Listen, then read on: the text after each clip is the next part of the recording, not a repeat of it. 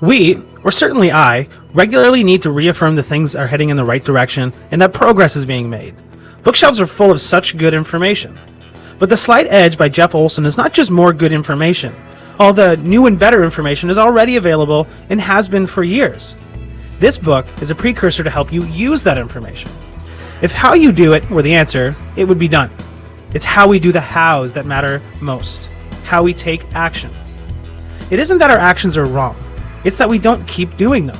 Focusing on the actions, the what's, the to-dos, and the how to do it's is not enough, because it's the attitude behind the actions that keeps those actions in place. The secret ingredient is our philosophy. The secret is to change the way we think. The Slight Edge. The Readitfor.me idea code is a shorthand system to help you memorize the core concepts so you can quickly apply them to any situation. The idea code for The Slight Edge is Scarface. S. Show up. C. Consistency. A. Good attitude. R. Real commitment. F. Have faith. A. Admission fee. And finally, CE. Continual emphasis on small steps. Lesson number 1. Easy to do, but easy not to. Successful and unsuccessful people both do the same basic things in their lives, day in and day out. Yet the things successful people do take them to the top, while the things unsuccessful people do take them down and out. So what's the difference? Successful people do simple things that are easy to do. Small, seemingly insignificant actions, all of them easy to do, none of them mysterious, complex, or difficult. Actions that create success. But here's the problem. Every action that is easy to do is also easy not to do. Why are these simple yet crucial things easy not to do? Because if you don't do them, they won't kill you. At least not today. You won't suffer or fail or blow it. Today.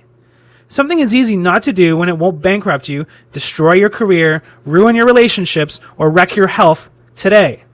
What's more, not doing it is usually more comfortable than doing it would be.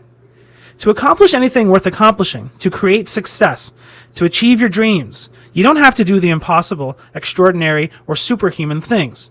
But you have to do something. But we make excuses. I don't have the money, the time, the skill, the confidence. But here's some shocking news. You already have the money. You already have the time. You already have the skill and the confidence. You already have everything you need to achieve everything you want. You just can't see it. Why not? Because you're looking in the wrong place. You're looking for the breakthrough, the quantum leap. You're looking for the winning lottery ticket in a game that isn't a lottery.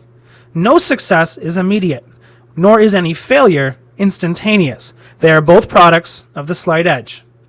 Mother Teresa's efforts to end poverty, Gandhi's to end colonial oppression, or Martin Luther King's and Nelson Mandela's to end racism are classic examples of what breakthrough looks like in the real world. None of them anticipated instant success, but they all understood the principles of the slight edge. Lesson 2. Moving forward. It may seem to you that today was much like yesterday. Well, it wasn't. It was different. Every day is. Appearances can be deceiving and almost always are. There may be times when things seem to be on a steady, even keel. This is an illusion. In life, there's no such thing as staying in the same place. There are no straight lines. Everything curves. If you're not increasing, you're decreasing. There is no status quo. You are either going up or going down. In a constantly and rapidly changing world like ours, you can simply not remain the same as you were yesterday. You are in motion. You have no choice in that. But in which direction?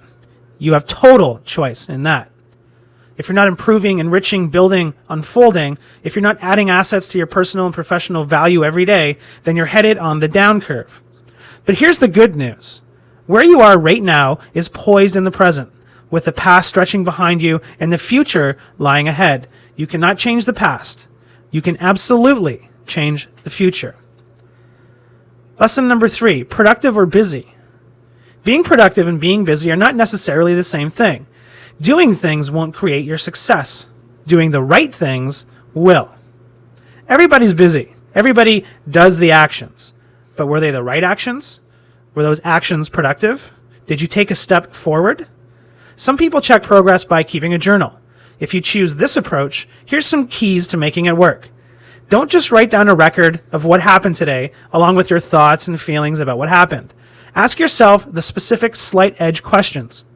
In each area of my life, what are the critical, simple, little things that are easy to do and easy not to do? Did I do them? Did I move forward? Did I ride on the success curve? Keep your slight edge activities, your right choices and incremental successes, right out in the open where you can see them and celebrate them. Remember that all the activity ever required to apply the slight edge for your success is nothing but a series of baby steps.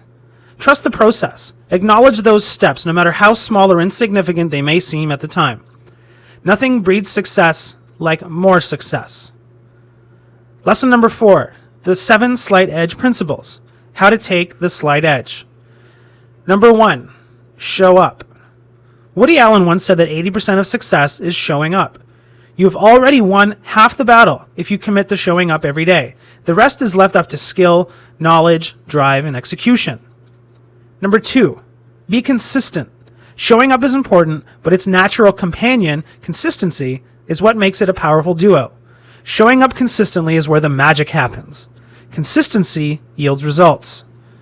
Number 3, have a good attitude. When all things are equal, attitude will set you apart from anything else. When you're going for a job, it's the difference maker. If a girl has a choice between 2 guys where one has a great attitude and the other one has a lousy attitude, 9 times out of 10, she's going to pick the dude with the best attitude. Attitude really is the difference maker. Number 4, be committed for a long period of time. The 4th slight edge principle is to practice these principles for a long period of time. Just as a farmer has to wait a full season to reap his harvest, you must do the same. This is the hardest principle for our microwave and fast food culture to deal with because we want instant results now, not in 120 days or a year from now. Number 5, have faith and a burning desire. As Napoleon Hill says repeatedly in Think and Grow Rich, there is one quality which one must possess to win, and that is definiteness of purpose, the knowledge of what one wants, and a burning desire to possess it. Desire is what gets you up early and keeps you up late. It's what keeps you motivated to press forward when adversity hits. Number 6, be willing to pay the price. Anything worth having is worth working and paying a price for. That's the price of entry. If you're not willing to pay a price for whatever it is you want, the price of neglect is far worse than the price of commitment. Number 7, practice integrity. There are many definitions of integrity, but the one most applicable to the slight edge is what you do when no one is watching.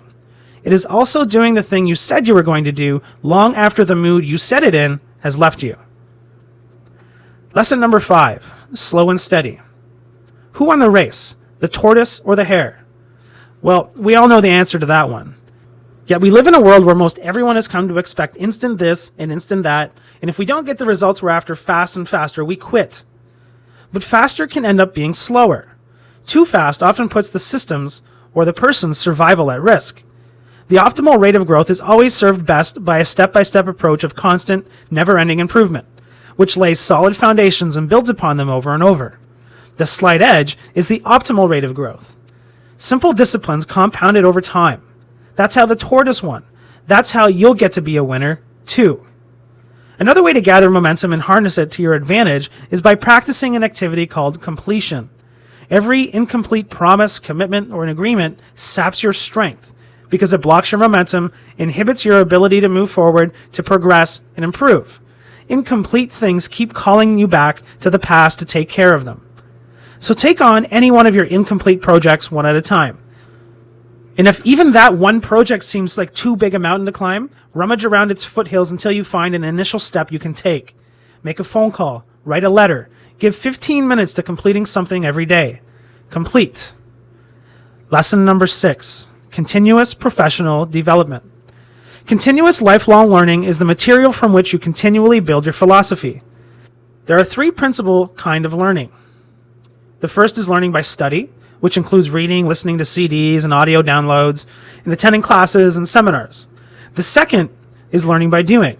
You can't excel based purely on knowledge learned in study. You can't excel purely through knowledge gleaned through action. The two have to work together. You study, and then you do activity. The third type of learning will tremendously accelerate the first 2. It is knowledge through modeling. We need some way to process all that information and experience and integrate it. And there's only one reliable, solid way to do that. Find someone else or a community of people who've already mastered an area and model yourself based on their experience. Whatever goals you aspire to, just seek out people who've achieved the same or very similar goals, or who are well along that path, and go camp on their doorsteps or do whatever you can to associate with them, emulate them, and let their grasp, understanding, and mastery of the subject rub off on you. Lesson number 7, the mantra of successful people. Successful people are experts in applying the slight edge. They are aware that small incremental improvements and a commitment to taking these small steps for the long term will realize greatest benefit and ultimately success. In a nutshell, successful people never blame circumstances or other people. Successful people practice the daily disciplines that are assured to take them to their final destination. Successful people focus on having a positive outlook. Successful people use inertia to build momentum. Successful people acquire the 3 kinds of knowledge they need to succeed. They create an ongoing support system, learning through study and doing. Successful people are always asking, who am I spending time with? Are they the people who best represent where I want to be headed? And finally, successful people go to work on their philosophy first, because they know it is the source of their attitudes, actions, results, and the quality of their lives.